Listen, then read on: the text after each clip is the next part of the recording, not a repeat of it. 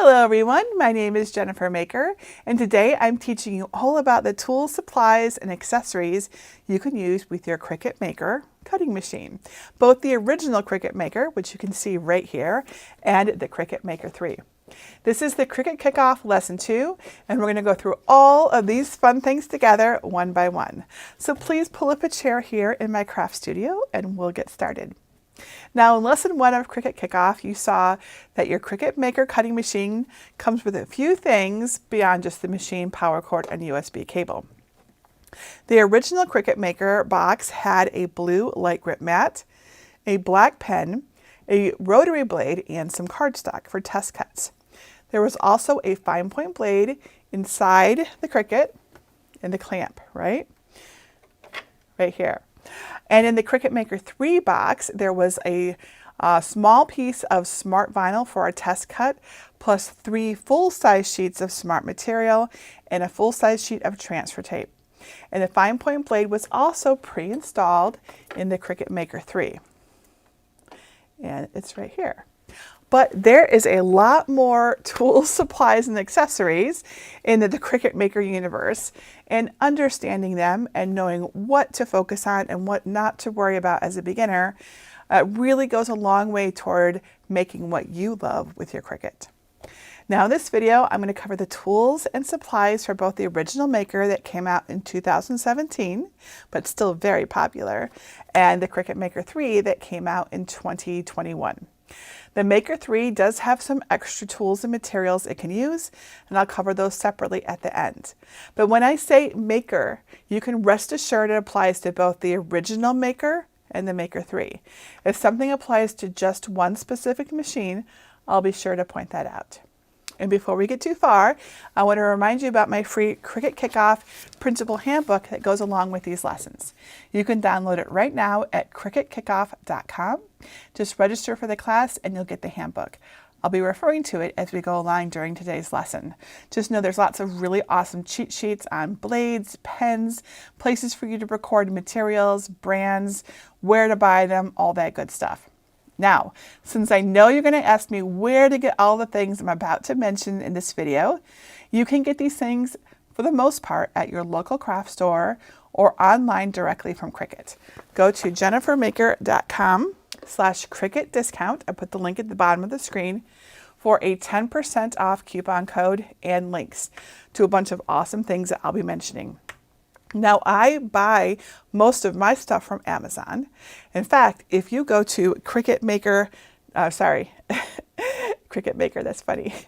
In fact, if you go to jennifermaker.com/Cricut Maker must-haves, I put that link at the bottom of the screen, you will see I have made you a handy Amazon shopping list with the items that I'm mentioning today.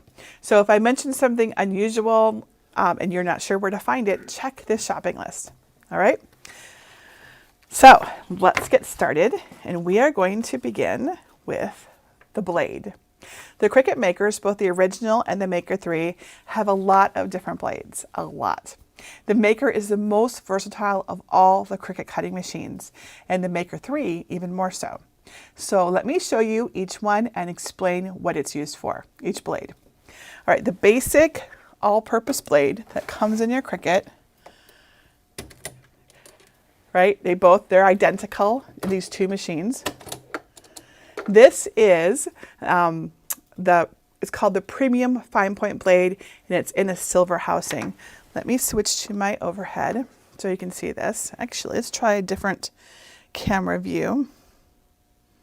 I might be able to just hold this out for you like this. We'll see. All right, this is what it looks like. This is the one that came in your Cricut. This blade is made from German carbide steel and is very sharp, so always handle it with care. This is the blade that you'll use most of the time. It's either silver or it could be gold. This is the gold one right here. These are identical. Just don't let the color confuse you or anything like that. They're the same thing.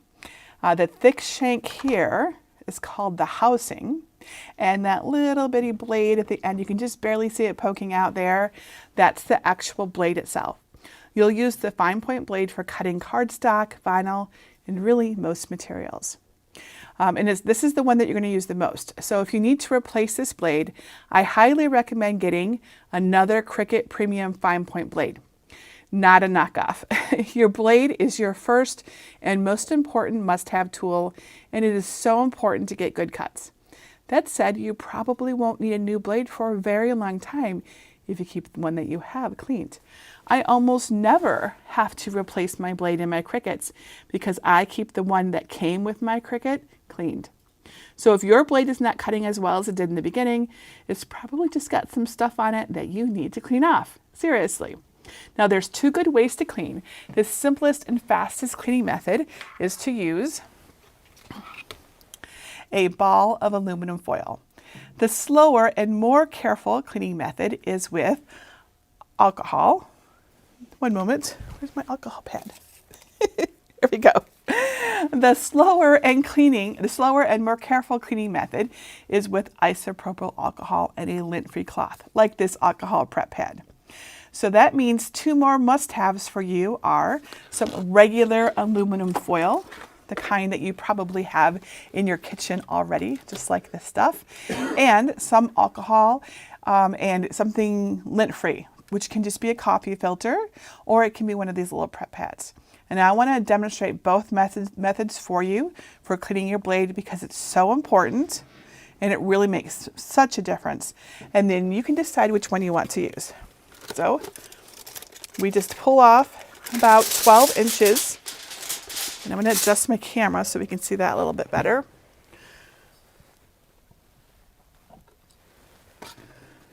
There. All right.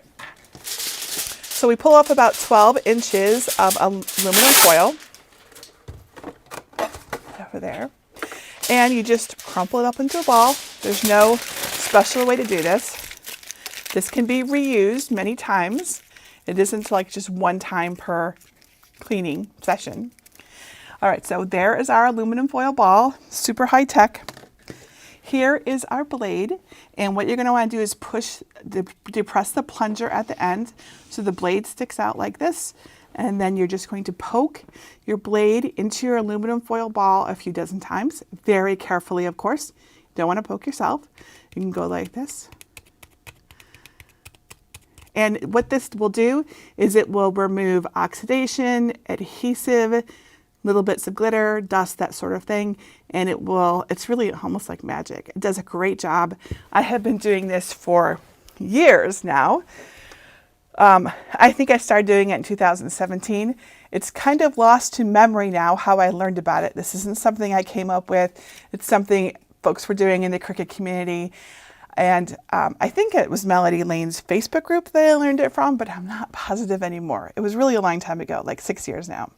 So I have been doing this on almost all of my blades from almost the beginning. I remember in the first month, I'm like, oh, I need a new blade. And I would go out and buy new blades. And then I learned this, and that was the last time I bought blades, unless it's just to show you in a video, see how it's still packed away. So, however, there's controversy. So this method cleans, it doesn't sharpen. So that's important to understand. There are some pros and cons to doing this.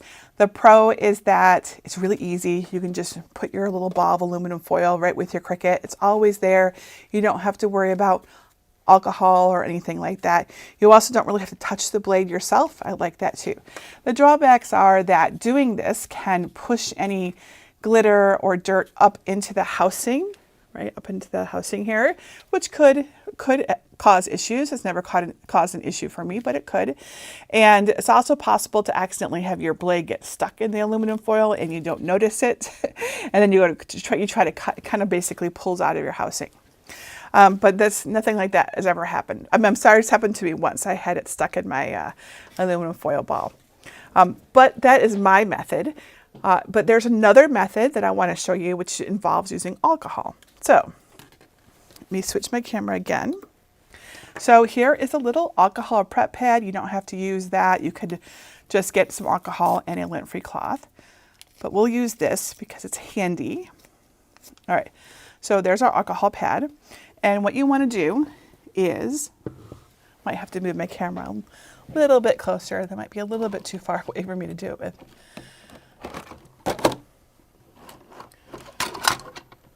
see if that will work better. All right, so here is our alcohol pad, and here's our blade. So what you want to do is depress the plunger so that we can see the blade, and then using the alcohol pad or your lint-free cloth, very carefully, because this is a very sharp blade, you want to grasp the blade and pull it out, right? You see how they're separated now? Now you'll want to clean that housing, because you know you can get stuff stuck in there. So you could use a bottle of compressed air and just blow it out, or you can go like this to get any dust out of it, right? Then your next step is to use the alcohol to clean your blade. I just sort of twist it around like this until we got it. So always be really careful. It's like a tiny little X-Acto knife. Look at that. All right, and then we want to put it back in. I'm going to keep holding that alcohol prep pad so that we're safe. I'm going to hold it from the side. I think that's better. And then it should go right back in, and there's a magnet. You'll hear it kind of click, and there it is. So that's how you can clean your, and this, you can do this with any of these blades. You can use the alcohol to clean them. And this will prolong the life it works amazing. Now, you won't find either of these methods on Cricut.com's help site. I think that touching the blades, telling people to clean them is tricky, so please be very careful. And of course, they're a business. Cricut would of course want you to just buy blades. But really, the thing is that the craft store is not always open at like 2 a.m. when you're crafting. And if it's not cutting, you need to clean your blade. So that's why I wanted to teach you this, because it's such a big deal. So add alcohol and or aluminum foil to your must-have list. It's like every one of my Cricuts around here has a little ball of aluminum foil tucked into it right here. All right, now there are actually more blades that you can use in the maker machines, and I want to show you what they are. The bonded fabric blade in the pink housing is for fabric, but here's the thing. Even though it says it's specifically for bonded fabric, I don't believe there's any difference between it and the regular fine point blade other than the pink color. And because you have a Cricut Maker with a rotary blade or the ability to use a rotary blade, you probably don't even want this blade at all. You can use it, but the rotary blade does a much better job of cutting fabric. So this is not on your must-have list. All right. The blade in the black housing, the deep point blade. This allows you to cut thicker materials. The deep cut blade has a steeper blade angle of 60 degrees, and it's made of a harder, more durable steel. I use the deep cut blade to cut cardboard, chipboard, magnets, stiffened felt, and foam sheets. Sometimes I use the other knife tool, which I will tell you in a bit, but this is still an important tool with my maker. Oh, no, I'll show you this one. This one here with the blue housing is not so much a blade as a tool. This is the foil transfer tool, and it comes with 3 interchangeable tips in fine, medium, and bold. The foil transfer tool is used to transfer Cricut's foil transfer sheets onto your projects. You can learn more about the foil transfer tool on my blog and YouTube channel. I have tutorials, of course. But that's not all. If you got the original Cricut Maker, that's this one, there was a blade in the box that looks different from all of these. So I showed you yesterday when we unboxed this one. It didn't come with the Maker 3, but it did come with the original Maker. And that is this blade right here. This is the rotary blade. Note that it has a gear on the top. Do you see that gear right there? That gear can only be used on the Maker, right? And this is a tiny rotary blade. You see how cool this is? And so when there is a gear like this, we call this the drive housing.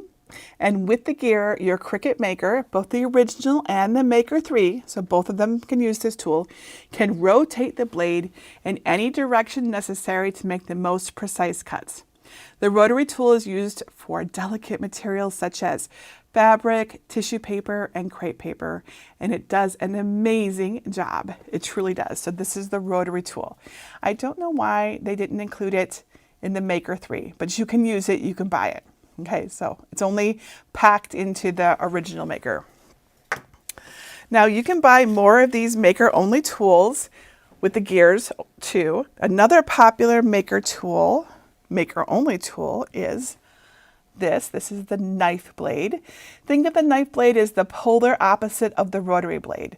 The knife blade lets you cut thicker or dense materials such as balsa wood, heavy chipboard, leather, craft foam, and more. It's very precise and does lovely sharp cuts. I use it to make puzzles, leather binder covers, and thin wood projects. So this, isn't that cool? Awesome little tool there. Now there are more Maker tools that work with the adaptive tool system, which is unique to Cricut Maker. The adaptive tool system is a drive housing that allows you to swap out blades and tips without having to change the housing. This means that Cricut can keep coming up with new tools for us, and all we have to do is swap them in. And they have done that. Last year, 4 new tools were added to the quick swap housing. So let me show you some of the tools that you can put into your quick swap housing. First, there is the scoring wheel. It looks like this. You can have a single score or a double score. Single score is good for thinner materials, while double score is best for thicker and specialty materials. The single score is identified with a 0-1 on the side here, right here, and the double score has a 0-2 on it. So that is the scoring wheel. This is the combo pack, but you can get it single too. And there is an engraving tip that you can use to engrave acrylic, aluminum, leather, and soft metals. You can identify this tip with the number 41. See that? Does that say 41? Yes. Let's make sure the light catches that. So all of these quick swap tools have a number on their tips so that you can identify them, right? The debossing tip, that might be in my little blade kit here. I don't actually see it. I see a lot of scoring tips. Well, this debossing tool adds detailed designs pressed into your cardstock with a tiny little roller ball in the tip. The debossing tool is good for making pretty cards and gift boxes. You can identify the debossing tip with the numbers 21 printed in the tip. I'm making sure I don't have it. I see a lot of scoring wheels. There's 31.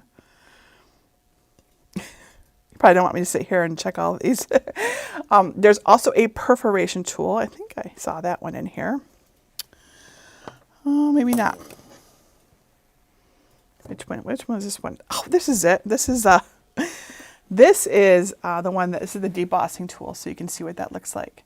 See that tiny little tip there? A little tiny thing. Let's get that to focus. There we go. That is the debossing tip.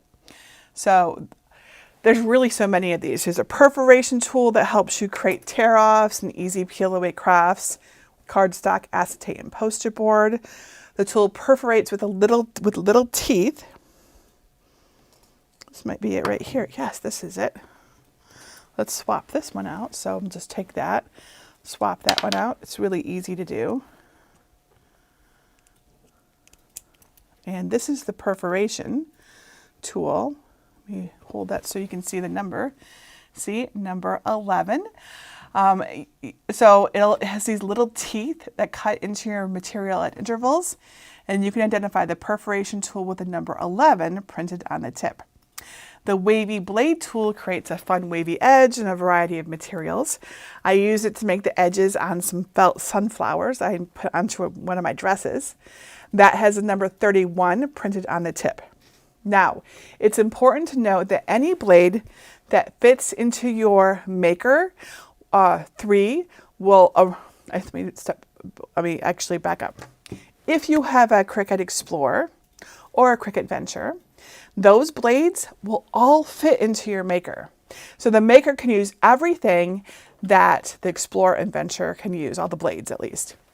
But the makers, these geared ones will not fit into the Explorer. Only the maker gets to use the geared ones. Also, the maker cannot use the Cricut Joy blade. The Cricut Joy blade is unique to the Cricut Joy. It's also important to know that you can get replacement blades as needed for those that need blades, like the Cricut, like the deep point and the fine point and the bonded fabric. Those all use blades. I mean, even the knife blade too, you can get a replacement for that. If you do get replacements, the premium fine point blades can be identified. And I want to show you, actually, let me put up a graphic because this is important. So the image on the right are the premium fine point blades. These are the right ones to get. They have white caps. The image on the right, I might have said that wrong, left and right. Well, you've got a graphic on the screen. The image on the right are the wrong ones to get. They have a gray cap and also that says standard blade on the packaging. The ones that with the gray caps that you see here, they were made for older Cricut machines and they are too long for the Cricut Maker. So instead look for their premium fine point blades. They may also say that they're German carbide blades. Because if you do not use the right blade for your Cricut, it may be cutting too deep and causing issues. So please check your packaging and be careful when buying replacement blades. And this is where I have a little aside. It's not uncommon for when someone posts in my Facebook group and says, I'm having an issue. I just updated, I just changed my blade and everything and it's not cutting. And often I'll ask them, what kind of blade did you change to? And more often than not, they have changed to one of those other blades by accident. And when they switch to the Cricut Premium Fine Point blade, everything is suddenly cutting good again. So be cautious about your blades. It's yet another reason to keep your blades clean rather than just replace them. Now, another thing before we move off blades is storage. Remember, you can use the accessory tray in your Cricut Maker to store blades. Let's see if we can get a good shot of that. Yes. So this is the Cricut Maker 3. So it has this compartment right here. And this is a blade compartment. There is a magnetic strip in this compartment to keep the blades from rolling around. Now eventually you may have too many blades for the accessory compartment, or you put other stuff in there like candy or whatever, and you'll need a different method of storage. So I have two that I'm going to show you. The first one, and the primary one that I use, is this tool holder that Greg made for me with his 3D printer. He designed it for me when oops, you can't see it, sorry. There we go. There. All right, so the first tool I use is this tool holder that Greg designed and made for me on his 3D printer. I have the files free for anyone else who wants to make this tool holder.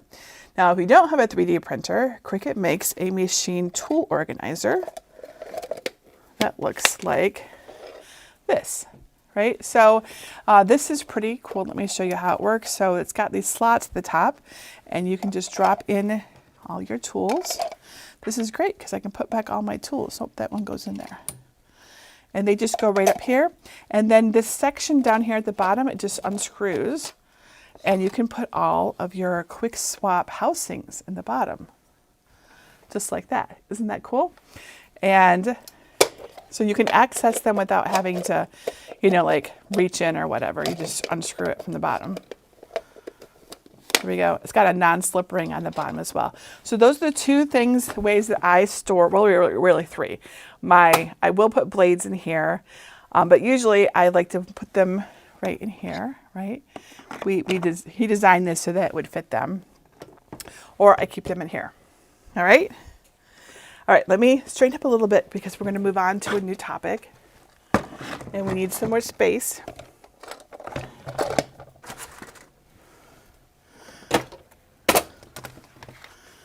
There's a lot of stuff.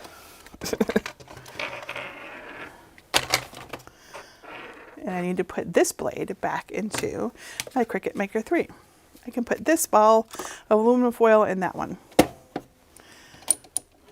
Would you like to see how to install the tool tool that might be really helpful actually. Let's do that before I move on to mats. I'm going to move our camera up nice and close.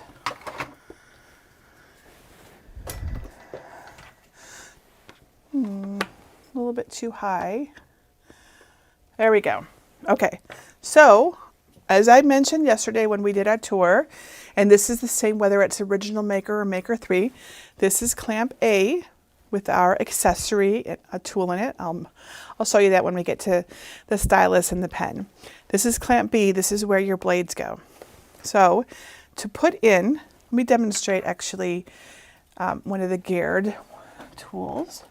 Let's get out a tool. We'll use this one.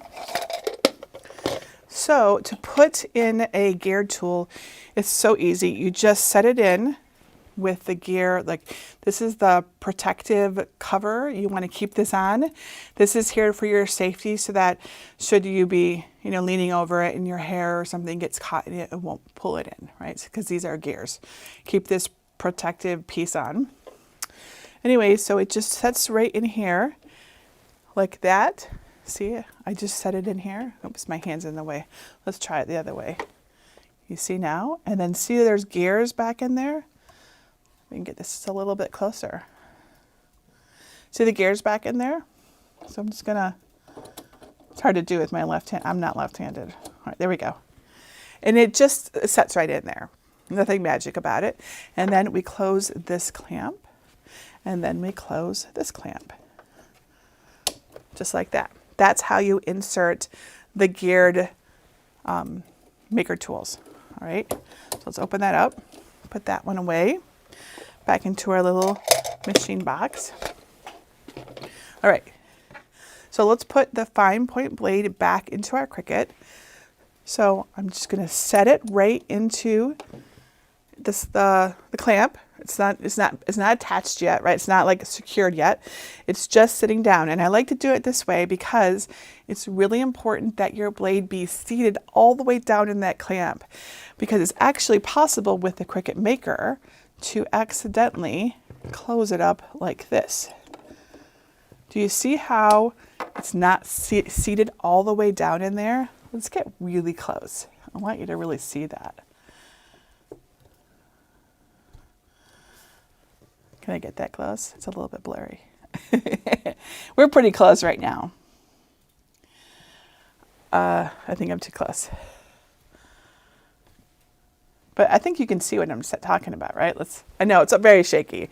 I'm adjusting it. Okay, so you see how it's sitting, the lip of it is like it's not seated well into it.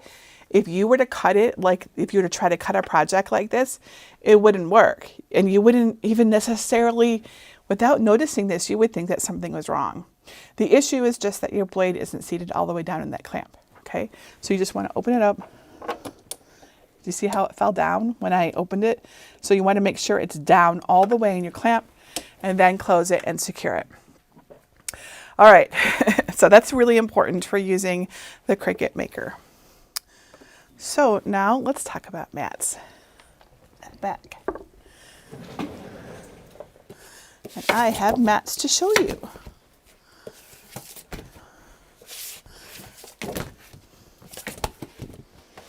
Oops, they fell.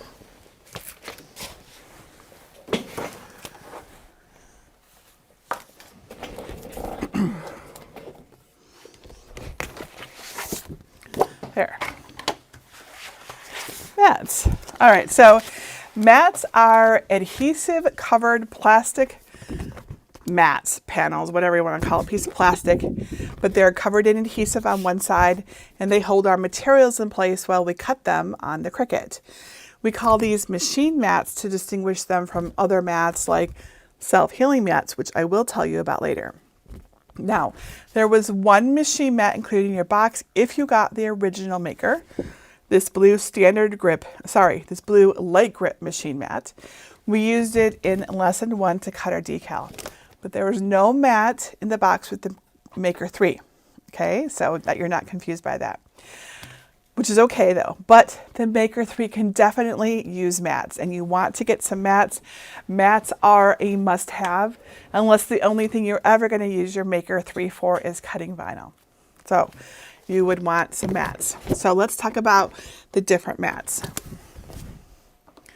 So the blue light grip mat is the least sticky of all the mats, and it is best for use with light and medium weight paper, medium cardstock, and vinyl. I don't use this one that much, I will admit. There are 4 other machine mats to choose from. The green standard grip mat is stickier than the blue mat, and it is ideal for use with things like vinyl, medium to heavy cardstock, poster board, and more. The green mat is the mat I use most of the time. This is a must-have. If you're only going to get one mat, get the green mat. They often go on sale too. And if you're following me on my Facebook page, you will know about it because I will tell you when I see that they're on sale.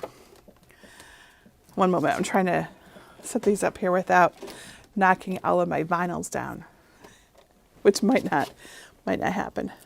I have a lot of vinyls set up here very precariously. Okay, there we go.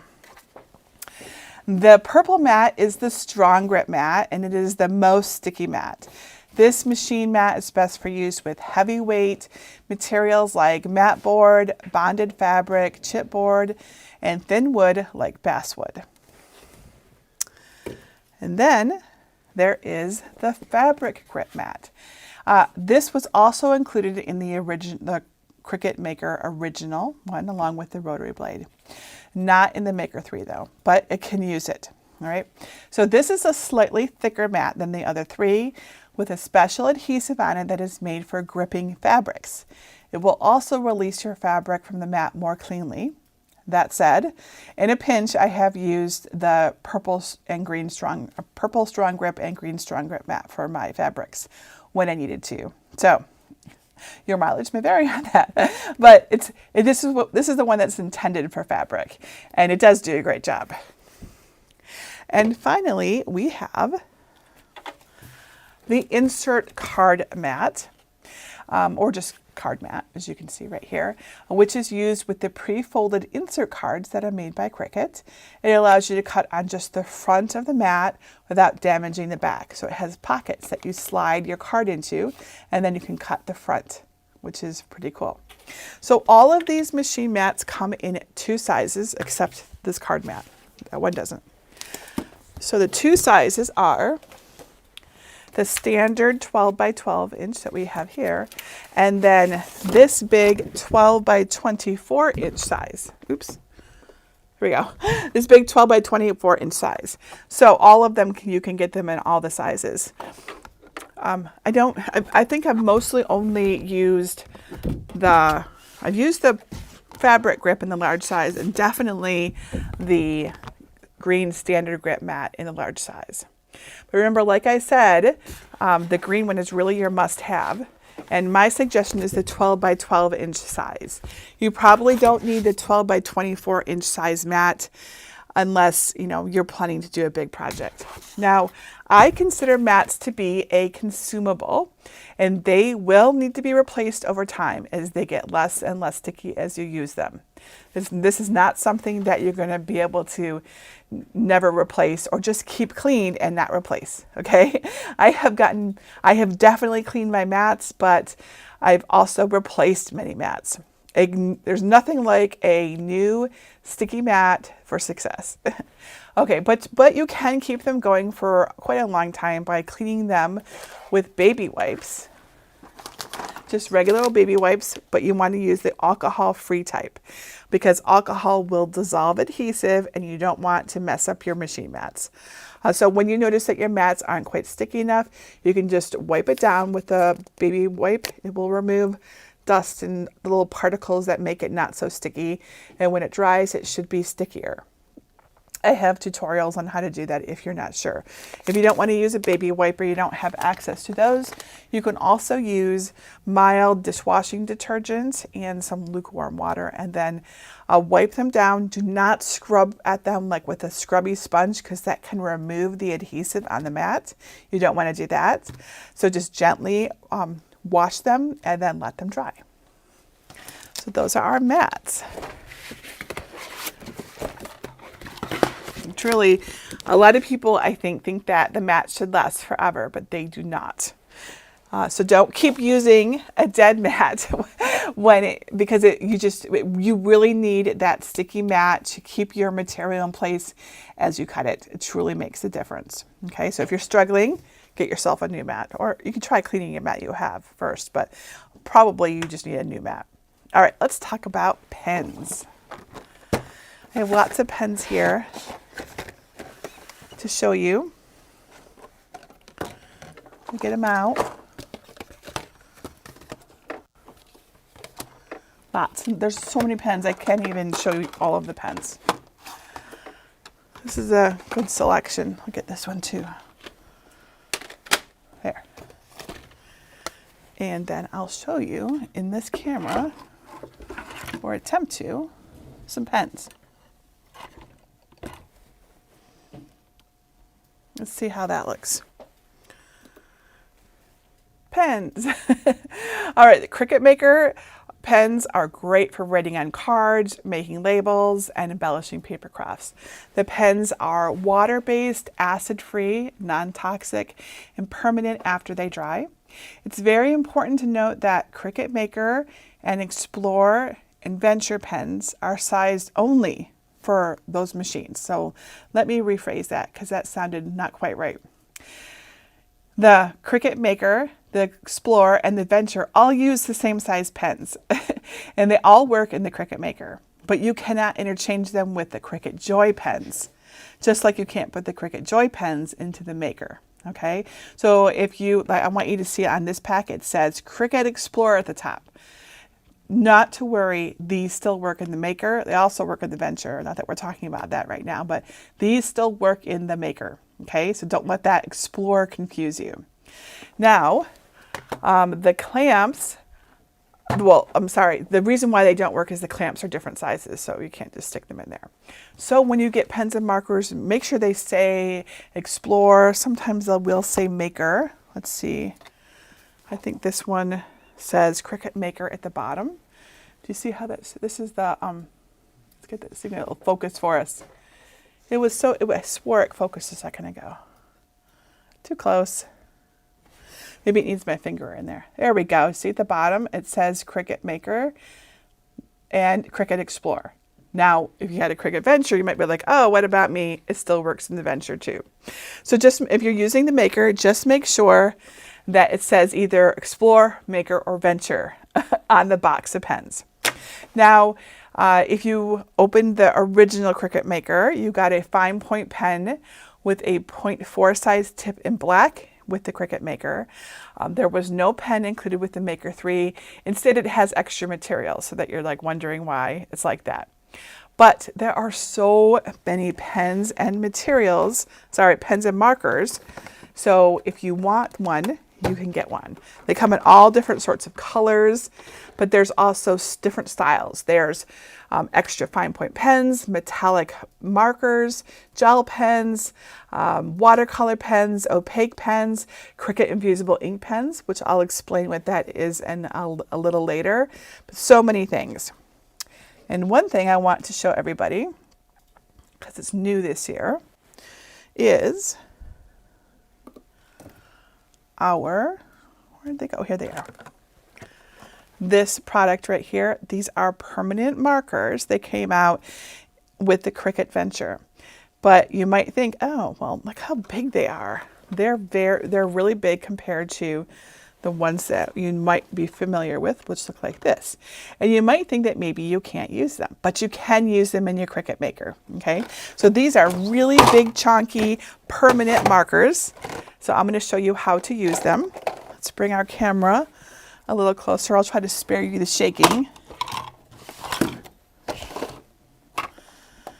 I'm gonna show you how you can use them in your Maker. Oops, not that camera, this camera. There we go. There we go. All right.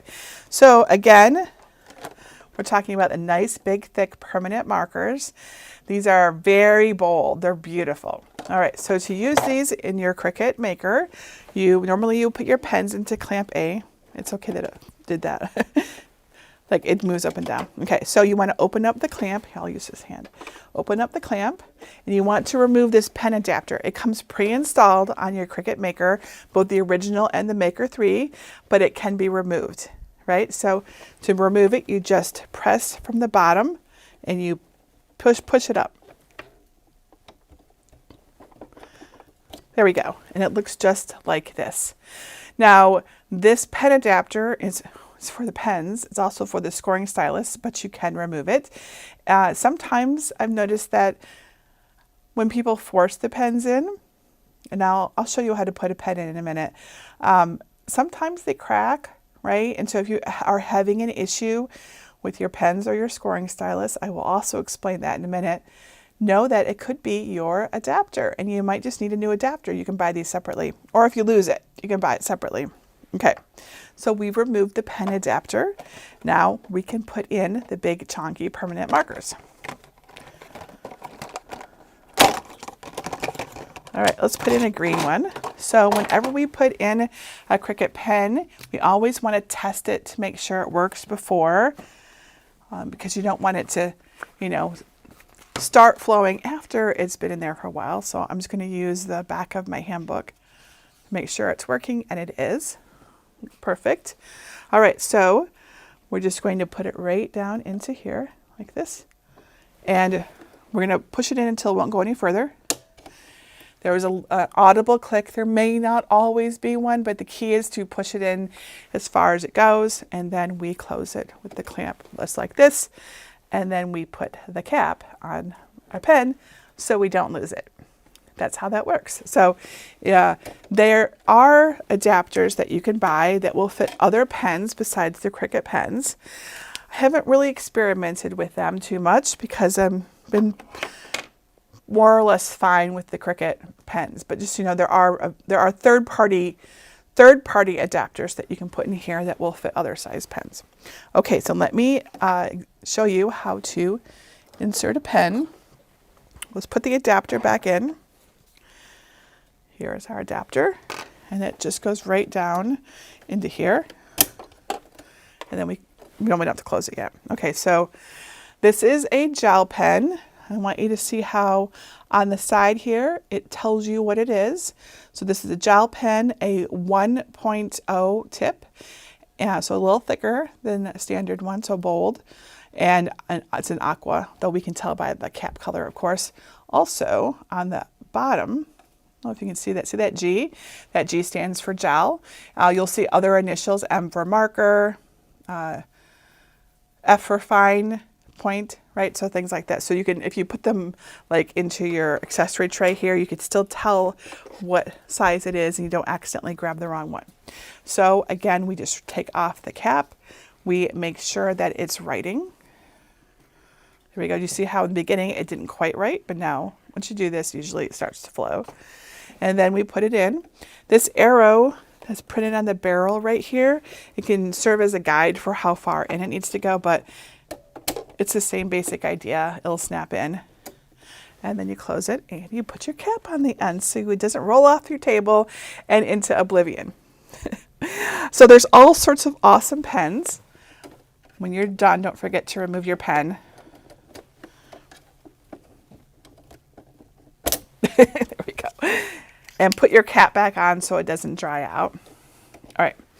And you can store it tip down in your accessory tray. There's all sorts of cool pens. There's even things like a washable fabric pen. I love to use this for marking my fabric, like seam allowances or darts. I use this pen a lot because I love to sew and cut fabric on my Cricut Maker for my projects. Now, like I told you, I suggest that you put your Cricut pens and markers tip down in your accessory tray or another organizer to keep the ink ready to flow. And also note that when you buy a pack of pens, They usually come in a case, something like this, or a blister pack, and they come with the tips up. So if you just got your pens and they've been sitting in on the store shelf or wherever, tip up for who knows how long, you may need to flip them over for a little bit and give them some time to get ready, right, before you actually start using them, okay? So just keep that in mind, and you should also store them. You can also store them on their side like this, right? Either on their side or tip down. All right. So we're going to move on. I'm going to put my camera back. I'm going to move my pens out so we have more room for activities. Who knows what movie that line is from? Tell me in the chat if you know while I get ready. It's been a while since I saw that movie, but Greg and I use that a lot when we're talking to each other. I don't know why, because we're crazy. I'm going to check to see if anyone knows too. Because sometimes I just, will say things and I think everyone would know what movie that quote is from, but yep, Step Brothers. There you go, you got it. Okay, we have a lot of blade parts here too. All right, so there are a lot of tools that you can buy for your Cricut Maker. Some are useful, some are less so. The ones I recommend you get, the ones that I personally use all the time, are the scraper tool, the weeding tool, and the scoring stylus, okay? Or the scoring tool, we'll talk about that. All right, so.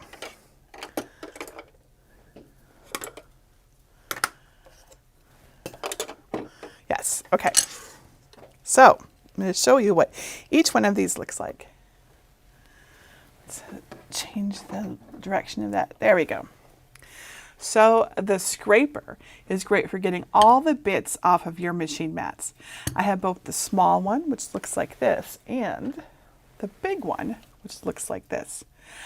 So if you don't want to buy a scraper tool, you can use an old store loyalty card or an expired debit card or credit card, but this will really extend the life of your mats, really make it easier to get good cuts. So use a scraper of some kind to get those little bits off of your mats.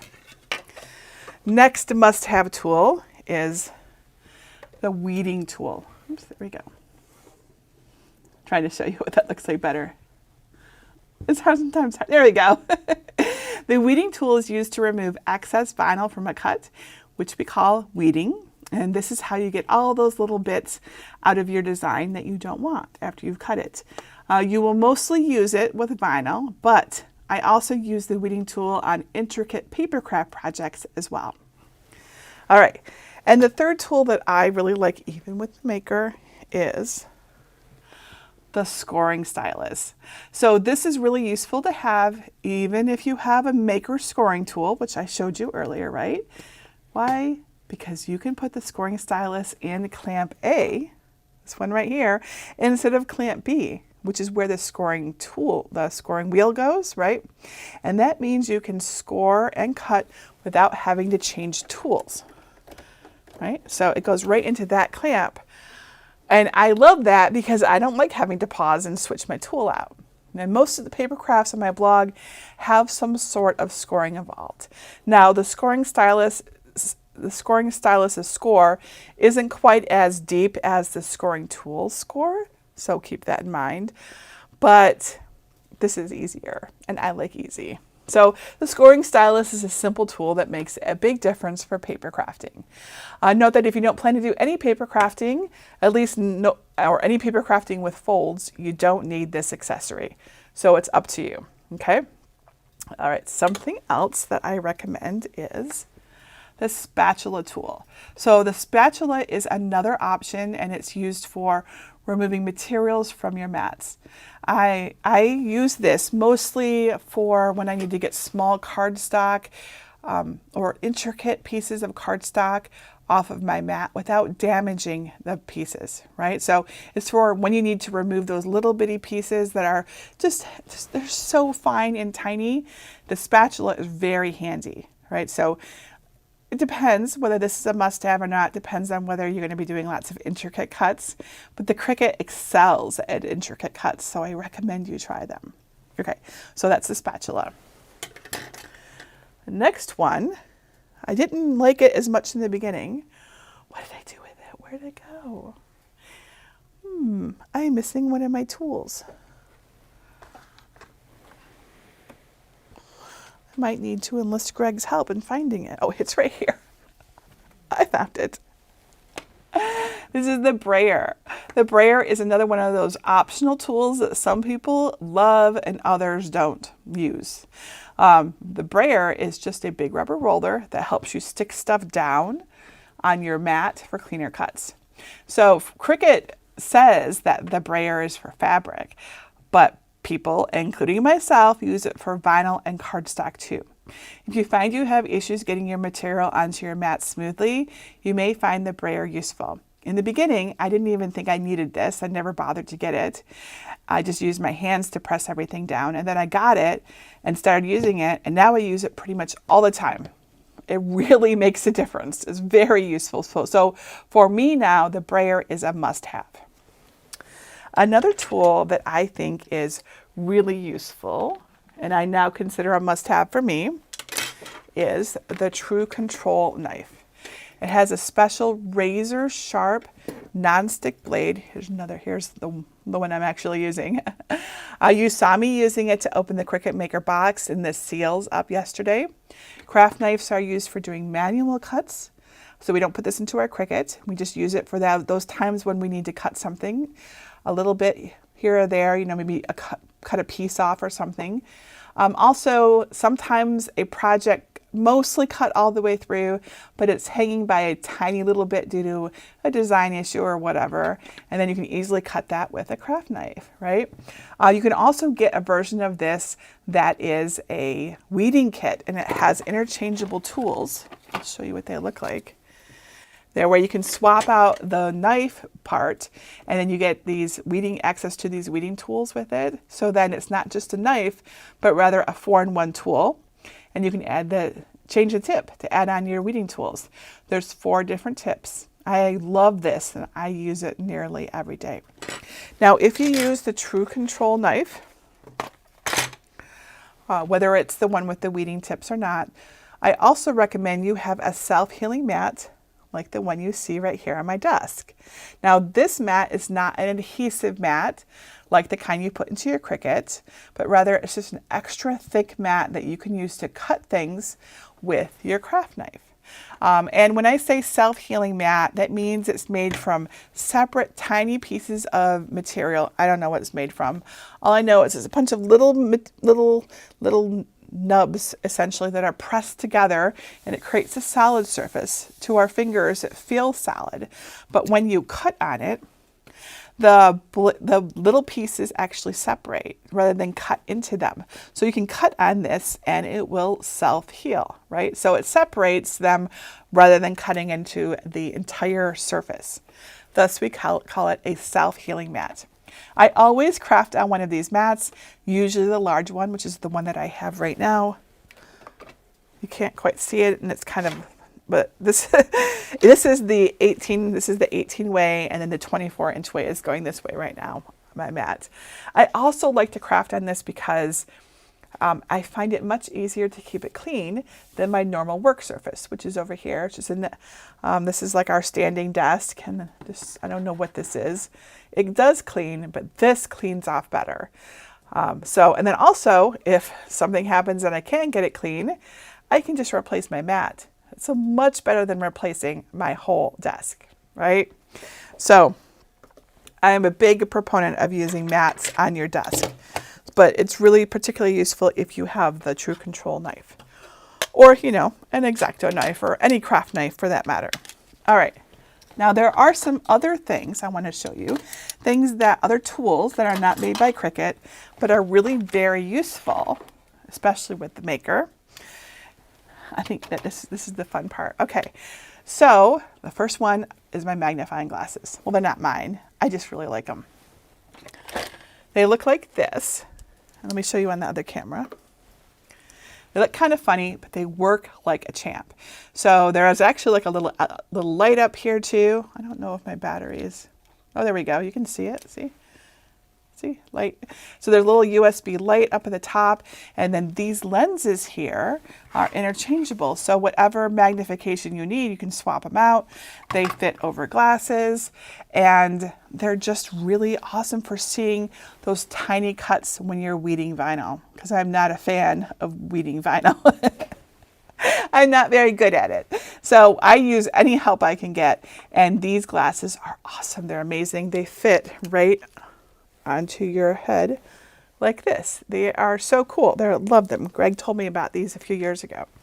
So these things I'm mentioning now are a little bit less typical. So if you aren't sure where to get them, I got everything on Amazon, as I mentioned earlier, and it's in the list that you see right down here at the bottom of the screen. So you can find everything linked there. Okay, those are my magnifying glasses. Another thing that I like to use are silicone weeding containers. So as we're weeding vinyl, we get little bits, and the little bits of vinyl that we take off. And it's important to keep them separate from our project, because otherwise if they find their way back in, they can mess up your project and cause an issue. So this one is just a little one that fits right on your fingers like this, and it moves with you as you're working. And this one here is actually hinged. It's got a little suction cup on the bottom, so you can stick it onto your desk. You can fold it towards you as you're working. And the way that it actually works is, let's get my weeding tool. So here's our weeding tool. So let's pretend I'm weeding. Here we go, I'm weeding. This is the easiest weeding ever. But you pick up a little piece of vinyl, right? And it's stuck on the end of your weeding tool. But you can just come over here and you go like this, and you just take it right, it comes right off into the silicone little thing. It won't stick to the silicone, and when it's full or you want to remove it, you just reach in and pull out all the bunched up vinyl, because it'll stick to itself, not to the silicone.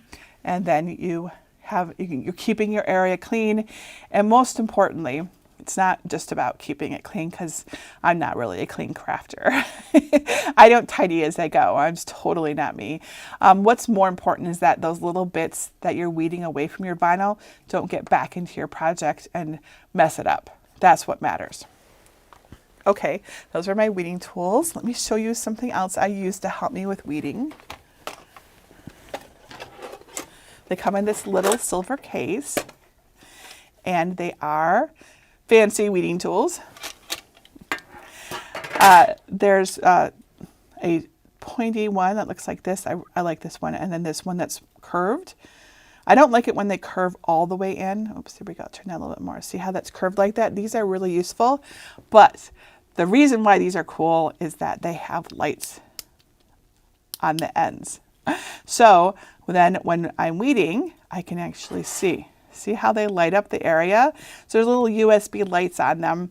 So it's very useful for seeing the tiny cut lines on your projects. So these are USB, no, they're not USB, sorry. They're LED light up weeding tools. So if you struggle with weeding like I do, or you discover that you struggle with weeding like I do, you might find these useful. All right, something else. Oops, I forgot to get it out. One moment. I accidentally left it in here.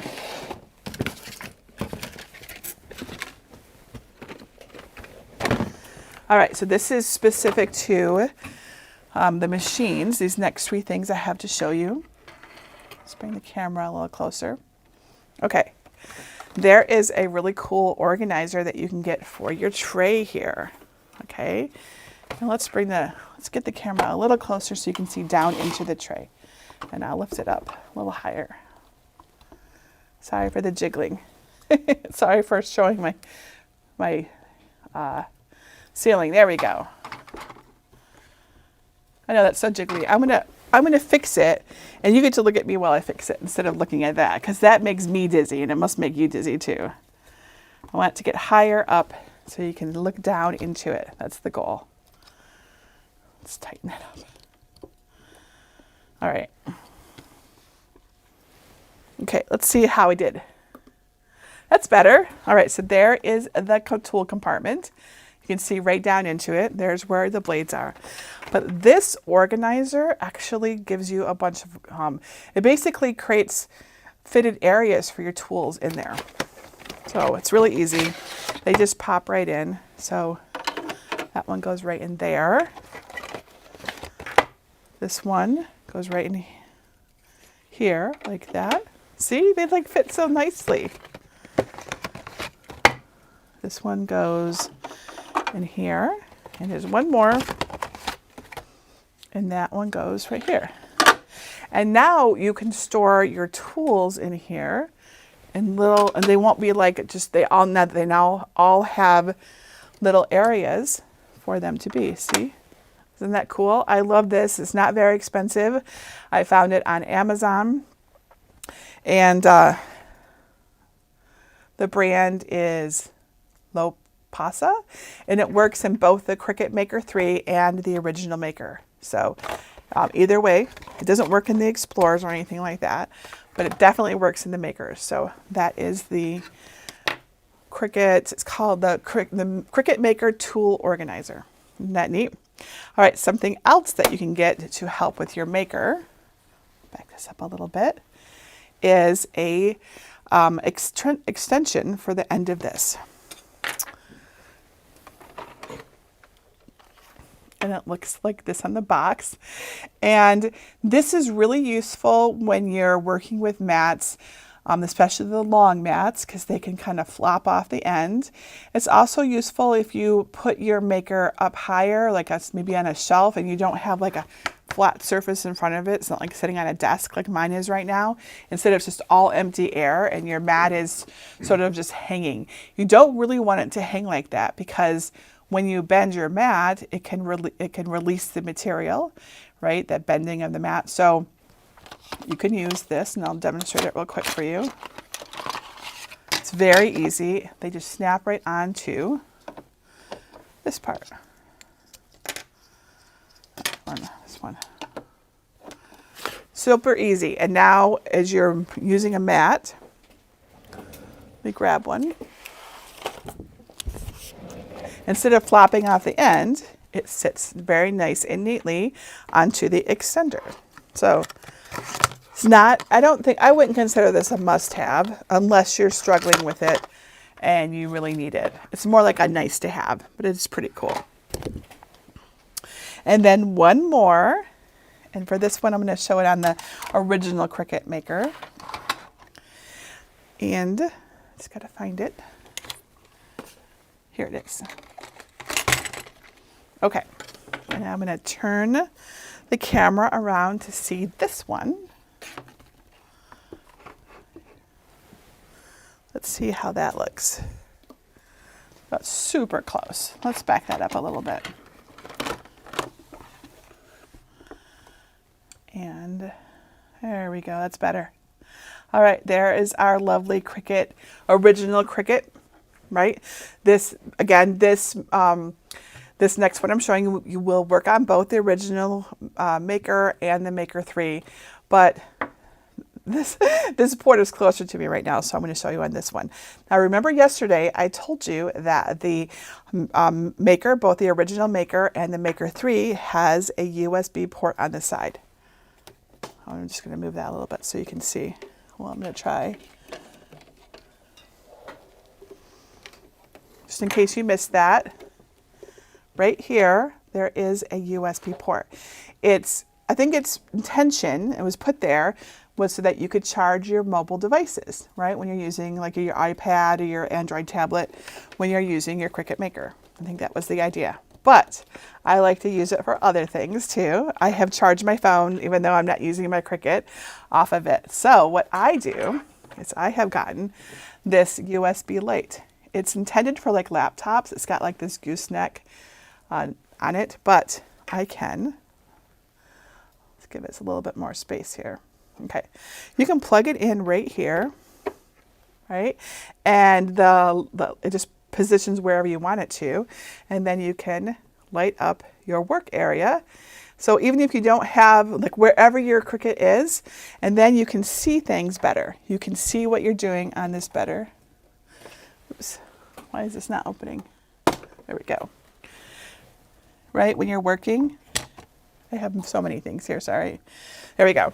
So when you're working, you might need to see, did it cut through or not, right?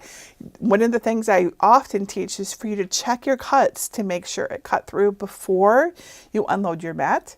And so with a light like this, it's so much easier to tell if you have actually cut through, right? So cute little light here. It doesn't have to be this exact one. This one, in fact, ever since I discovered it and started talking about it, it keeps going out of stock. I'm not going to say that I have something to do with that, but I don't know what's going on. I'm sure it's just a coincidence. But this one keeps going out of stock, but there's other ones. It just needs to be have a USB connection and have this gooseneck so that you can just position it wherever you want. So I did find it, and then I noticed that again it was out of stock today because I made a video about it a couple of weeks ago, and that video has been doing really, really well. So I think it's selling out. But I found another one, and so I linked it in the shopping list for you if you like it too, because I think that this is really useful. I love this little light. I think that those are all of the little tools I wanted to show you. So now it's time for materials. So I need to reset things again. So we have space because the materials take up a lot of space, and there's more materials to talk about this time because we've got the maker. So let's move this over here.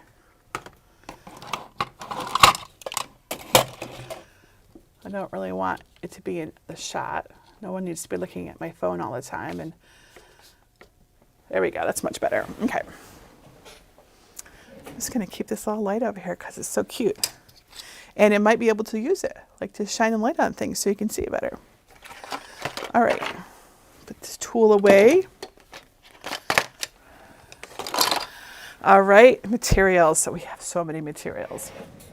Let's start with cardstock. Because I think cardstock is the first thing a Cricut beginner should begin with. Cardstock is easy to get. It's inexpensive. You can get a pack of cardstock.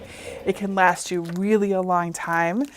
And it's not a big deal if you know, you're going to make lots of mistakes in the beginning, and it's just a piece of paper. It's just a piece of paper, right? So tomorrow in our lesson 3, I will show you how to make a cardstock project. So let's talk about the cardstocks I think are great for you to use. All right, here we go. So the first, there's many brands. Not all brands are the same.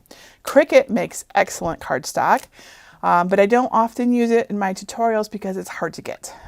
You're never going to find it in the store. It's even hard to find on Amazon or on Cricut. When you can find it, it's amazing. So they have got great cardstock so that, you know, if you find it and can get it, go for it. They also have some cute papers. So this is called deluxe paper, but they have it in different patterns. They also have licenses with Disney and Marvel and other companies so they can get cool patterns like this.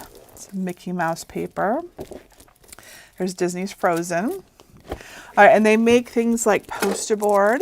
So this is metallic poster board, really pretty, especially around the holidays. And foil poster board. Also very pretty. See how it shines?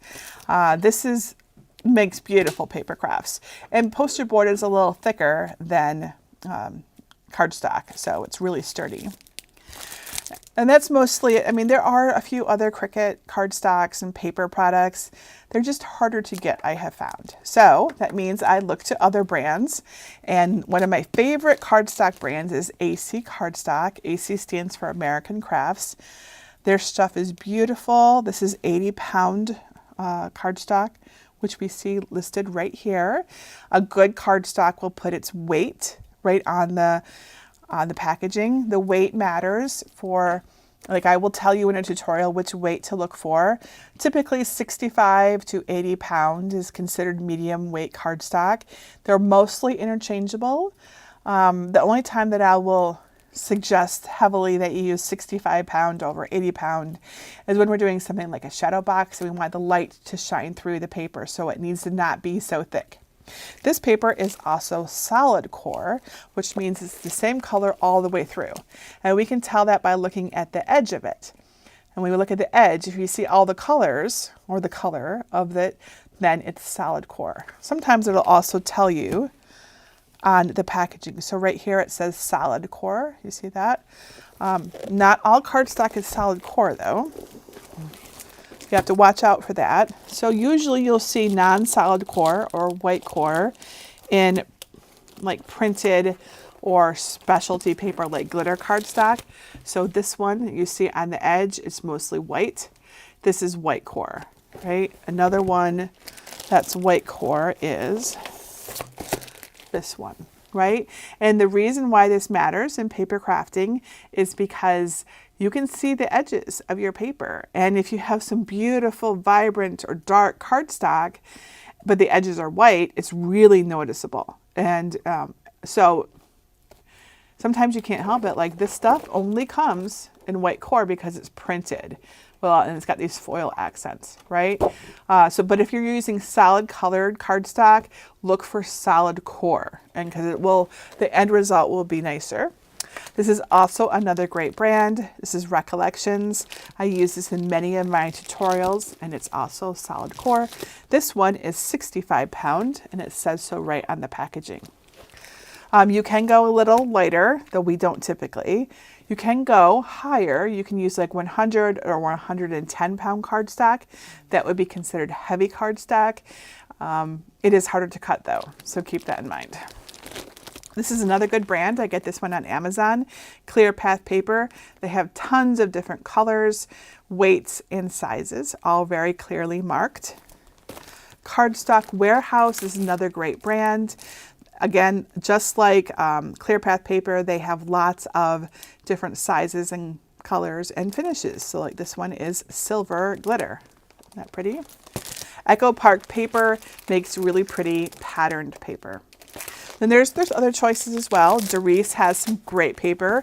If you're struggling with getting good cuts in white cardstock in particular, because this has been a hot topic in our Facebook group recently, I recommend white Darice cardstock. I've noticed that most people are successful with it. I don't usually have any issues cutting white cardstock, so I think that there might be more going on, but I'm not sure what it is. It could be humidity. Humidity and paper don't get along, and if you have some damp cardstock, it doesn't cut basically at all. It just sort of shreds and tears, and it's just a mess. If you think that your cardstock has gotten damp or it's not cutting and you suspect that that could be an issue, you'll want to put it into an airtight container and then put in a desiccant pack, or I guess some rice. You can put in some rice, something to soak up the moisture and get it out of the paper so that you could then try using it. I had one summer where, it's a couple of years ago, our air conditioner went out. It was out for like 2 months, and it was so hot that summer. And all of my paper in my craft room got damp. And I discovered how very impossible it was to cut damp paper. So I am very familiar with this problem. Thankfully, our air conditioner is now fixed. Not that I need it this time of the year. All right, there's other cardstocks too, and other materials. Let me show you some of the other materials that we can use, especially on the maker.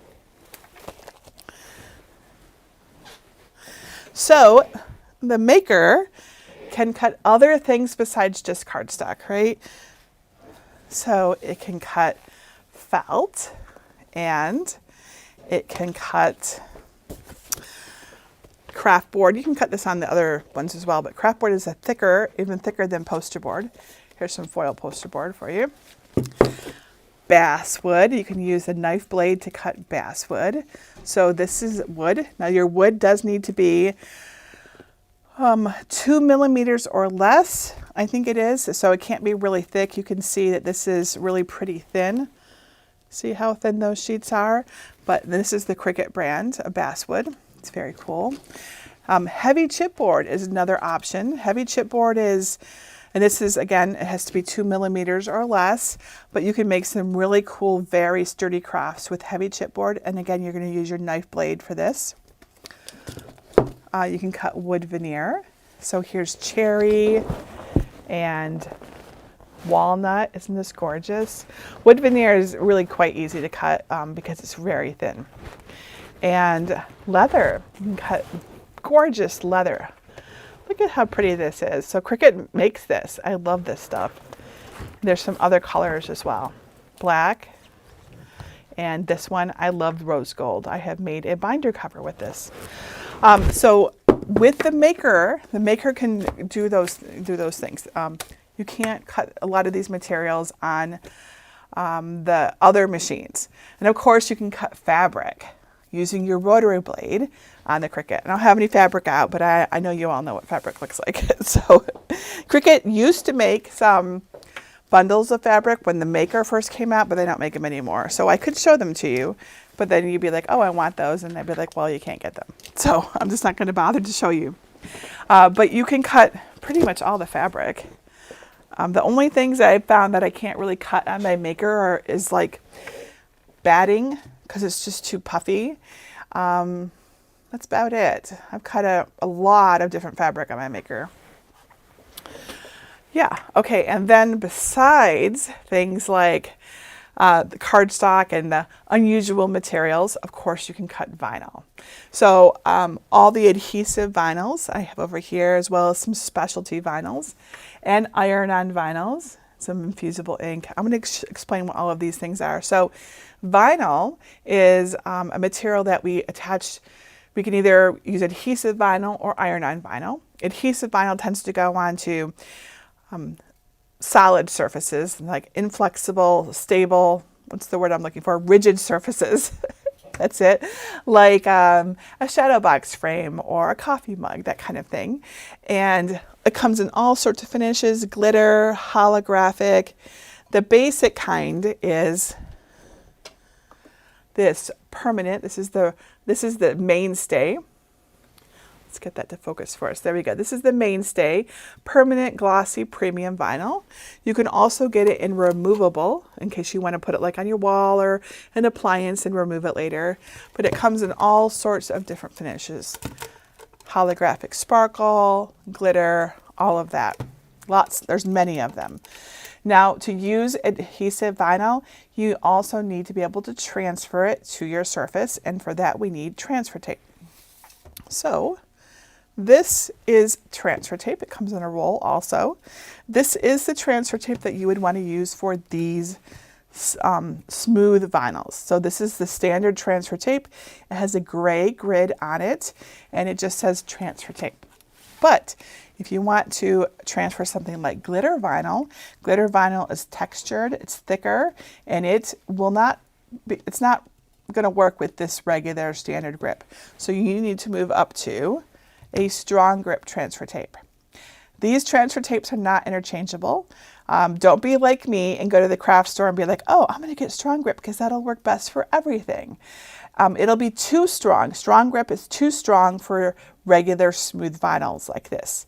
You only want to use strong grip for things like glitter vinyl or the true brushed or any kind of textured vinyl. And again, we're talking about adhesive vinyls, not iron-on vinyls. But one thing a lot of people don't realize is that there's actually a piece of strong grip transfer tape inside the roll of glitter and those other textured vinyls that need it. So if you get a roll of glitter vinyl and you don't have the strong grip stuff, or you forget and you try anyways, because that happens all the time and it's totally okay, just unroll your vinyl all the way and you will find a sheet of it in there. I can see it kind of poking out right now. So it's in the bottom. It's the lowest layer of your vinyl. I think the only Cricut vinyl does that. So that you know. All right, and then there's one more transfer tape that you can try. This is a standard grip, and it's new this year, and it's called the linerless transfer tape. So it's got the same stickiness level as the standard grip, but it doesn't have a liner. So it's better for the environment, one less step, but I don't think it's as easy for beginners who are just learning about transfer tape to use. I have a video all about how to use the different transfer tapes and different techniques on them on my YouTube channel if you want to learn more about using or picking the right transfer tape for your project. And then there are also some, in addition to these, there's some specialty vinyls I would like to show you. All right, so there's things like chalkboard vinyl that you can use to make cute labels like they've shown on this one. And there is, not that one, I'm trying to get to the other one here. Dry erase vinyl.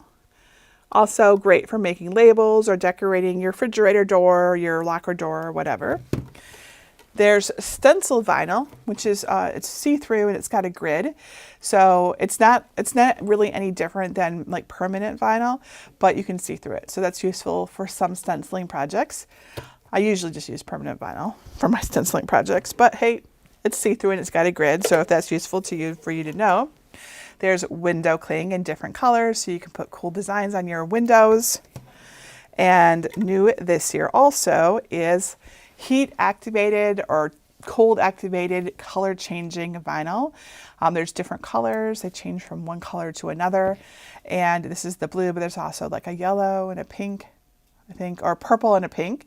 And these are really fun because if they get hot or cold, they change. So if you put them on a mug or a jar or a pitcher, they'll change color when you put like a hot liquid or warm liquid in there. So those are some of the specialty vinyls that are available. And then of course, as I mentioned, there's iron-on vinyl. So adhesive vinyl like this is activated by pressure. So you press on it, and I have lots of tutorials on that if you want to learn more about it. Whereas unlike adhesive vinyl, iron-on vinyl is activated through heat, right? So like a household iron or something like a Cricut Easy Press. So we have all different sorts. We have glitters, foils, patterned iron-on vinyl, all sorts of things. If you can think of it, it probably exists. Cricut makes them, other companies make them. In addition to Cricut's iron-on vinyl, I also like Caesar's iron-on vinyl and HTV Raunt's iron-on vinyl. You can get that on Amazon. Now, I want to call your attention, though, to these ones in the box back here that say Smart on them. Let's pull them out. We got some Smart vinyl and some Smart iron-on. These are only going to work in your Cricut Maker 3. Now, if you accidentally buy them, you can still put them on a mat with your original Cricut Maker, so don't worry too much. But they're intended for the Cricut Maker.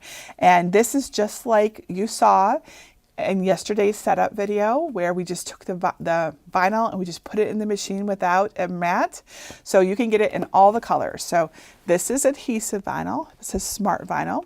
You can get it in permanent or removable. Lots and lots of colors, also glitter and all that. And then there's Smart iron-on, which is activated through heat rather than pressure.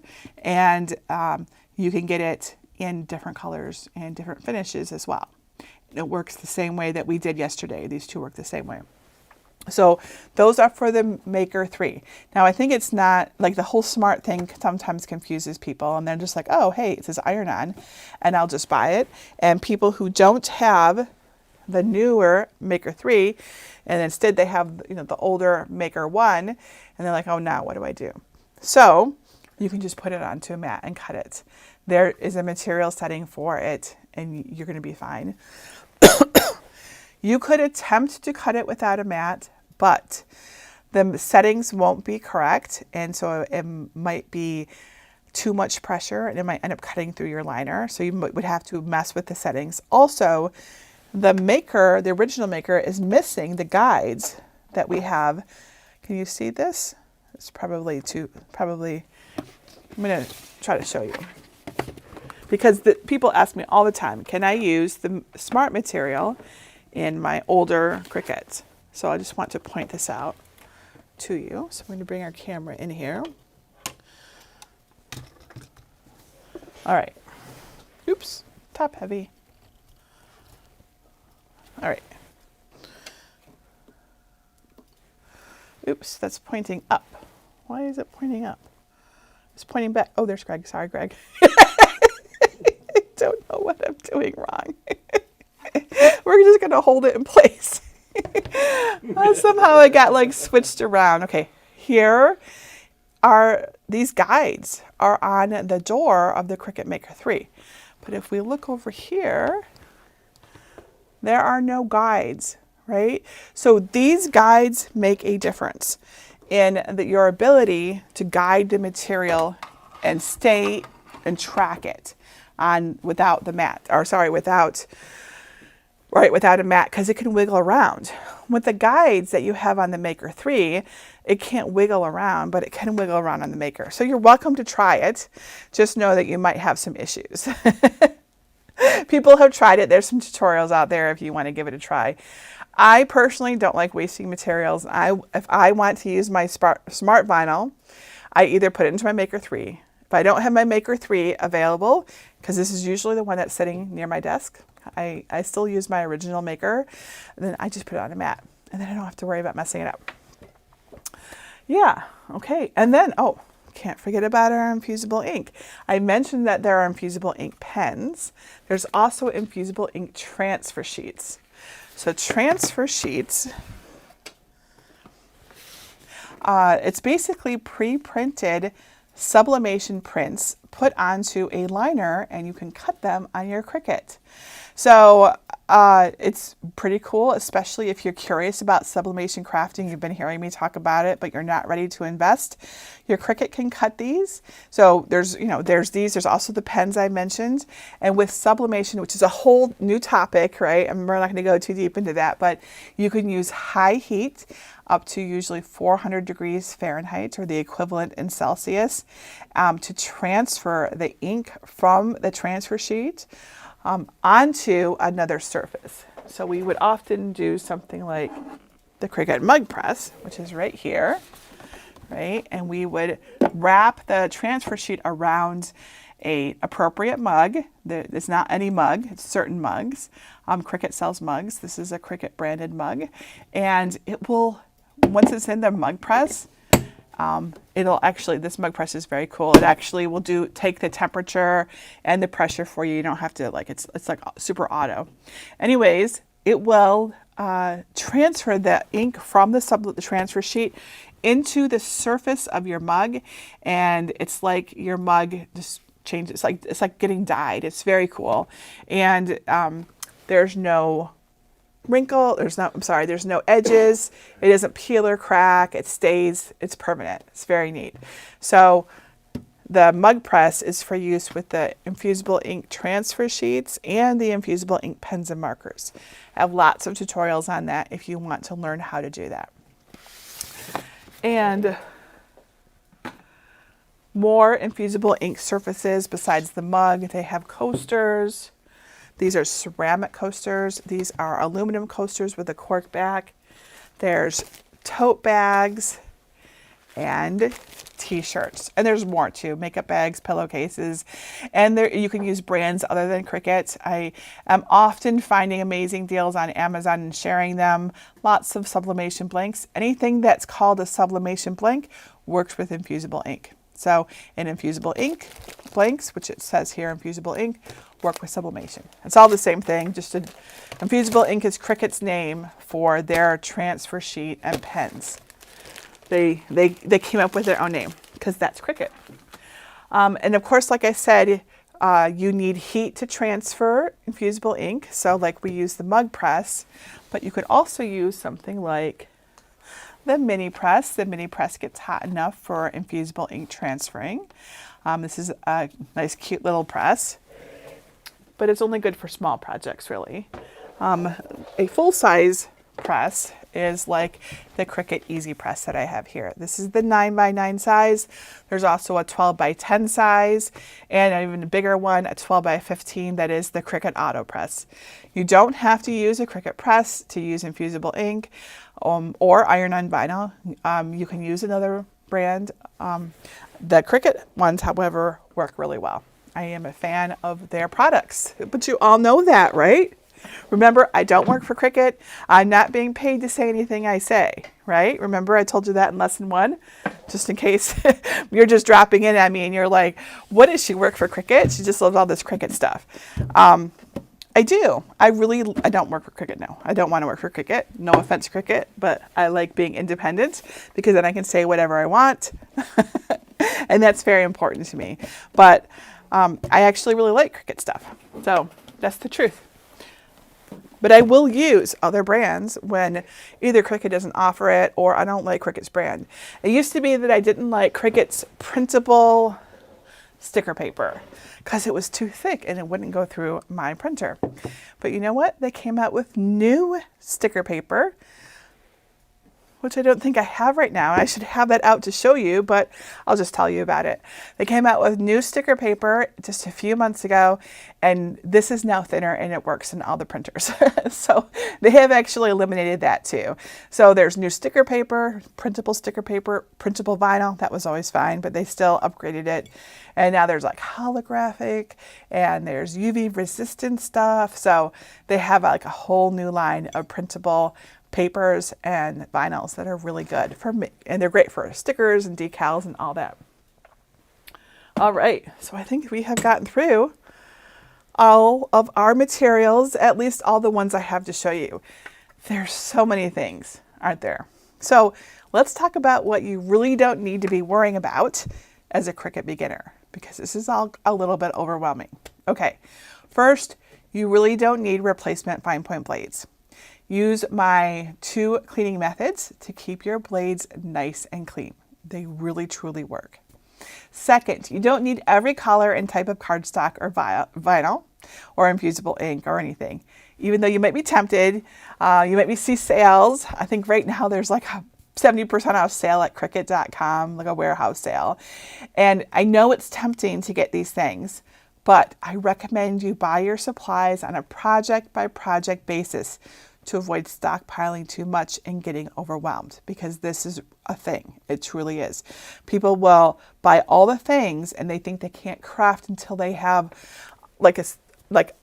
everything, right? And then they're afraid to or intimidated by it, or they just don't know where to start. It's almost like they just collected the things. So don't do that, please. And third, you don't need to try all the different types of materials. You don't need to do infusible ink at all. You don't need to do paper crafting at all, or vinyl. None of it. Like, you can just pick the one thing that you care about and ignore all the rest. If you're not sure where to start, I recommend a paper craft because they're really pretty easy to do and they're not expensive. So I recommend a nice, easy paper craft, and you do it, you finish it, and you move on from there. It's really important to stay focused for success. I recommend you be project-based rather than supply-based. And by that, I mean you are motivated by making something specific, a t-shirt or a mug or a tote bag or a shadow box, whatever it is. And it doesn't even have to be a thing. It can be what the purpose of it is, a gift for someone, right? Something for a fundraiser. So it's important to focus on that, right? Because that will motivate you to figure it out. So then you come to my blog at jennifermaker.com and you search for the kind of thing that you want to make. You find the directions and you use my tutorial to make it. You get the supplies you need for that one project. Not all of the supplies that are possible, but just the things you need for that one project. And then you do it and you finish it. Stay focused, and you've got it. You have finished it, and this builds your confidence, even if it's just little things at first. This really, truly makes a difference. Okay. Now I see I have some questions about maker tools and supplies, so let's answer those. My team has been collecting these while we did our presentation. All right, Serena says, do I need to buy all separate blades and housings, or are they interchangeable in the housings? Like, can I have one housing and just swap the blades? Yes, completely. You can have just one housing and swap the blade, but only for the quick swap. Okay, this doesn't apply to like your fine point, which is not in there, the fine point. So no, So you can get just other fine point blades and swap it in there, yes, but you're not really going to do that. Once you've got one, you're going to use it until for something happens, right? You don't want to put the deep point blade into the fine point blade housing. That should have its own housing. It's like got a different depth, okay? So get the deep point blade housing with a deep point blade. If you're using the quick swap, you can just have one housing and then swap all the tools. Note, however, that the knife tool and the rotary tool are not quick swap. They are integrated into their housings, right? But if you're getting the quick swap tools specifically, you can get just one housing and then swap the tips in. So yes, that's the question, then yes. CJ says, can you use the blade from the Explorer on the Maker 3? Absolutely, 100%. Serena says, does it have to be heavy duty aluminum foil? No, I've used just regular stuff. Is that what I have, heavy duty? Yeah, you can use regular stuff. I don't even know what I have. It does not matter. Nope, doesn't matter. I use whatever's in our kitchen. I don't even know what we have, but I don't think it's heavy duty. Marion says, can you put a deep point blade into the regular housing? No. I mean, you can. You can do it, but your results will not be the same as if you use the black housing. So you're welcome to try. Some people actually do that on purpose. I'm not one of those people. It's totally fine that if you do, you just get a different result. Okay, so if you want the same result that I get when I use the deep point blade, use the black housing with a deep point blade. Jill says, can you use the fabric mat for cutting faux leather? I wouldn't recommend it. You can use it. Well, it might not really be sticky enough, honestly. The fabric mat is really for fabric. Faux leather is more of a plastic product, right? It's flexible, and I know it says faux leather, it's got the leather in the name, but it's really it's like a vinyl, right? It's like a thick plastic vinyl, sort of whatever. Anyways, I like to use the Purple Strong Grip mat for that. I have also used the green mat for that in a pinch with a little masking tape around the edges. So I don't think I would use the pink mat for that. Diane says, is the card mat only for the Maker? No. The card mat fits in either of the Makers. It also fits in any of the Explorers. And then the Cricut Joys have their own sized card mats. So you can use that 2x2 card mat I showed you in any Maker or Explorer. If you have a Joy, you'd want a different size. Vicki says, what if you don't have the recommended mat? For example, if I'm cutting wood and I don't have the purple mat. Well, I think you should get the mat, especially with wood. Wood is really stiff and there's going to be more pressure on it when it's cut. And it's not that green mat, probably, unless it's brand new and super sticky, maybe then, maybe. It's possible that would work. But you really need the right mat for the project because that adhesive level makes a difference. Because when the blade is cutting wood, it's gonna want to move more because the wood is unyielding, right? So I think it matters. How should you store the mats? Is there a cover to put back on or anything when you're not using them? Yes, and in lesson 1 I showed you, but if you were watching the Cricut Maker 3 unboxing video, you wouldn't have seen it because there's no mat in the box. So let me show you real quick.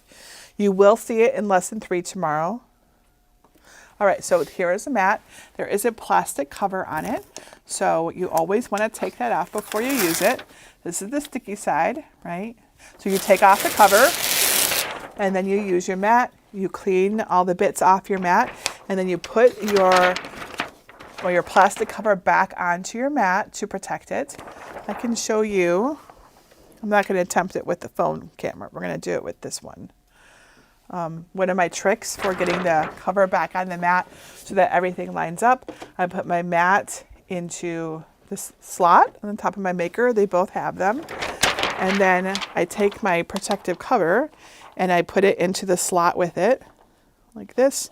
And I line it up on the side. I didn't do a good job. It's hard to do from the side. I'll stand up and do it. So you just take your protective cover and you slide it into the slot with your mat, right? And then you just let it fall onto it and it lines up basically perfectly. So if you struggle with that, like everybody really struggles with that, that is a good tip for getting your mat back on. Always put your protective cover back onto your mat to protect it from, you know, dust and dander and pet hair and all the things that will be attracted to it without your cover. Viola says, is it hard on your machine to engrave or cut wood? You mean like, is it going to wear your machine out? I don't think so. The makers are really strong. They're awesome. I think it's totally fine to engrave and cut wood. I think you should know, however, that both will take quite a while. They're not like fast at it because it has to do multiple passes to get nice, good engravings. And especially for cutting wood, it'll take multiple passes. Check out my tutorials on it, but I don't think it's going to hurt your machine to do it or anything like that if that's what you're worried about. Jennifer says, can you explain how the calligraphy pens work? How do you get them to write in calligraphy style? So I'm going to refer you to another video. I did it about 4 years ago, but it doesn't matter. I think I did a good job of explaining in that video how to do the calligraphy pens. But now I got to tell you where to find it. It's actually one of my oldest videos. And I'm going to find it and then I'll show you where to get it. It's like how to address envelopes on a Cricut, I think is what I called it. And it's a video and a tutorial. We're going to find it first though, so you can look for it. Put my name there. I think that's what I called it. Yes. I'm not going to play it. It's really old though, but it says 5 years ago. So, I mean, that's how long I've been doing videos. This is but one of my very first ones, but I used it and I'll show you in this video.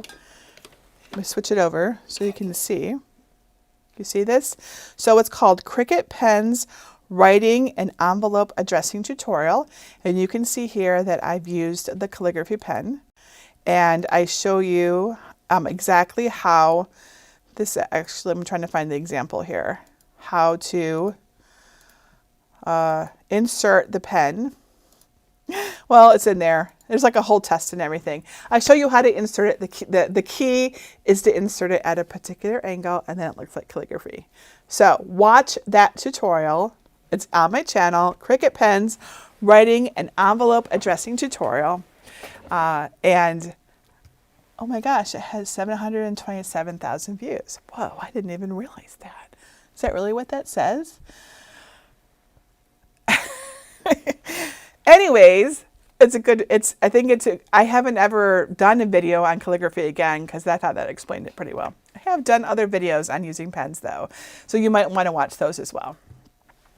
I wasn't bragging. I was genuinely surprised it had that many views. This is really one of my oldest videos and I don't often go back and look at it. All right, Kristen says, I've heard markers are best laid horizontally rather than vertically. Is that true? It depends, actually.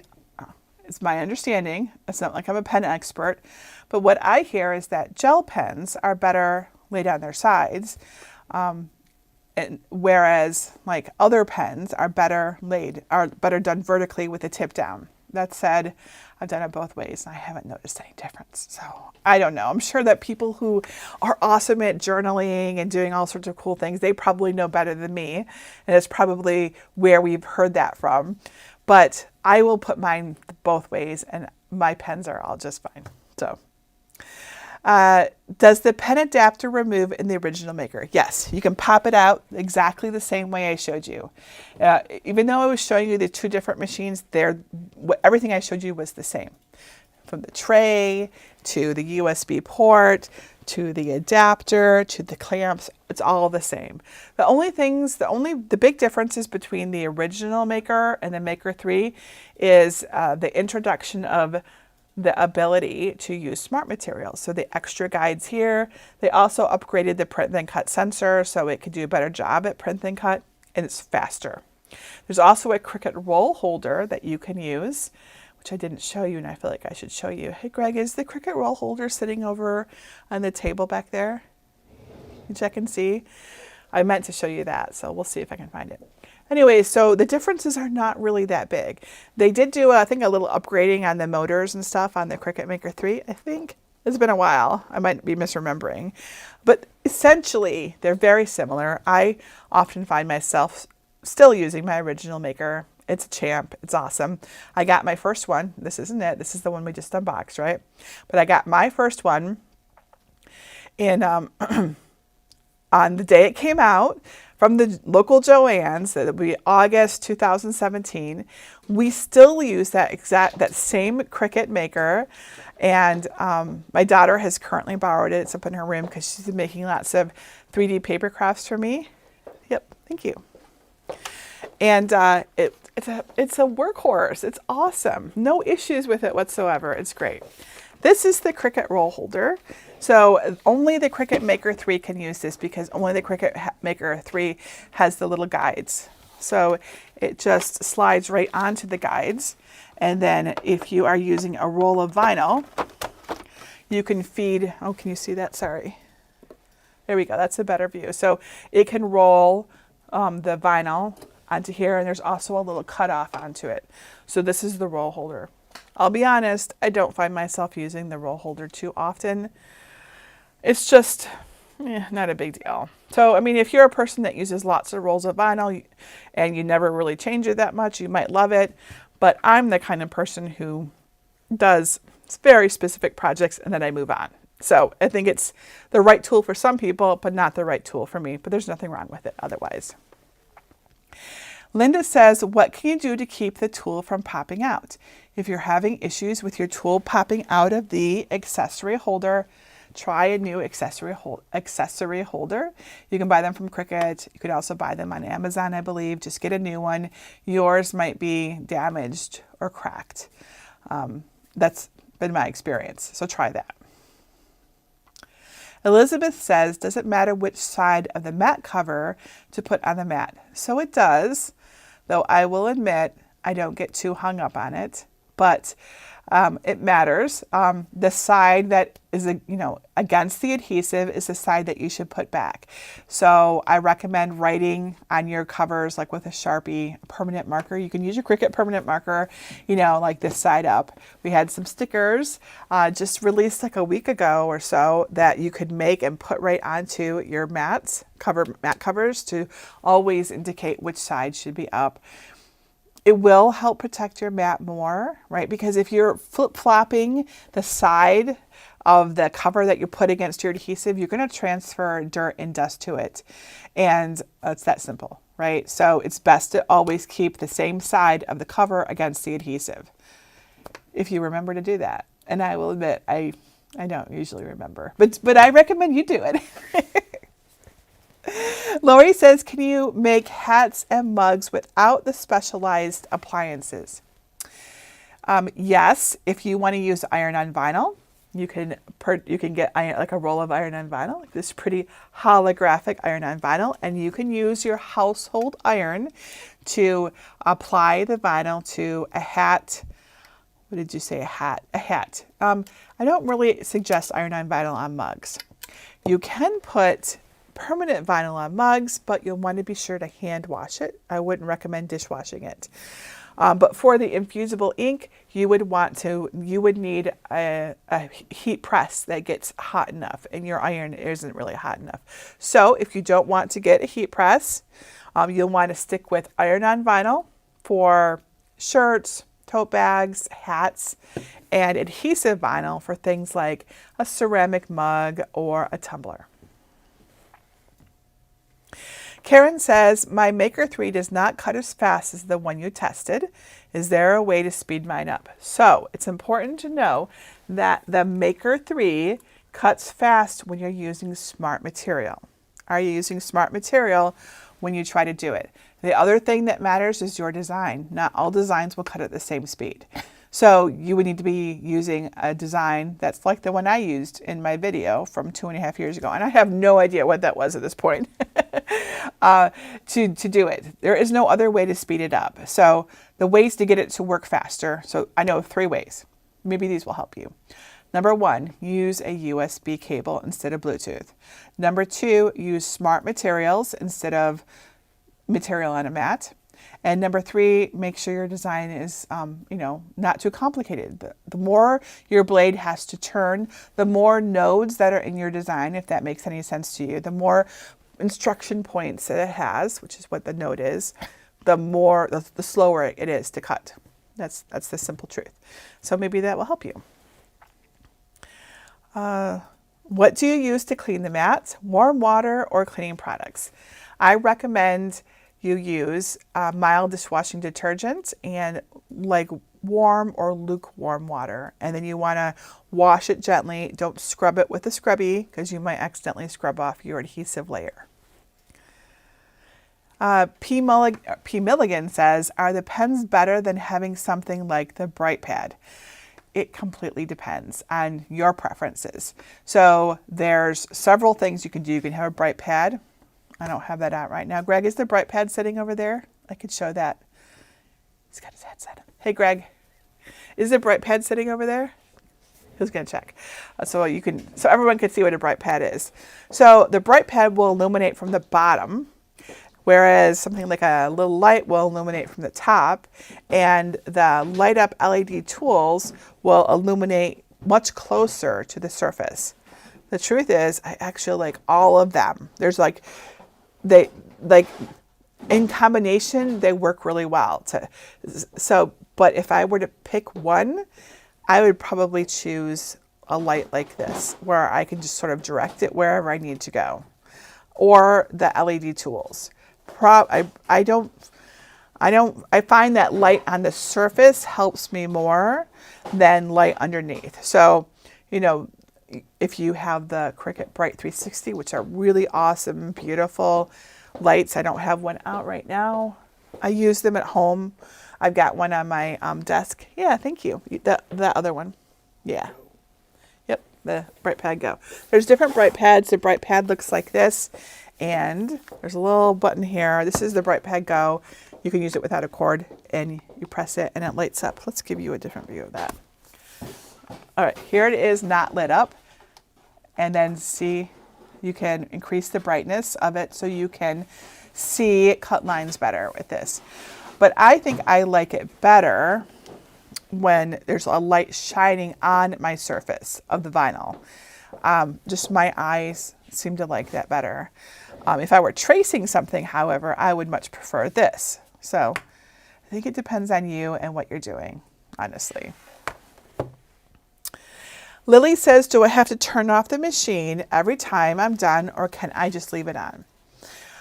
For safety, you should turn it off when you're not using it, right? It's drawing power and it's just a good idea. That said, I don't usually turn mine off. I often forget to do that. Nothing bad has happened.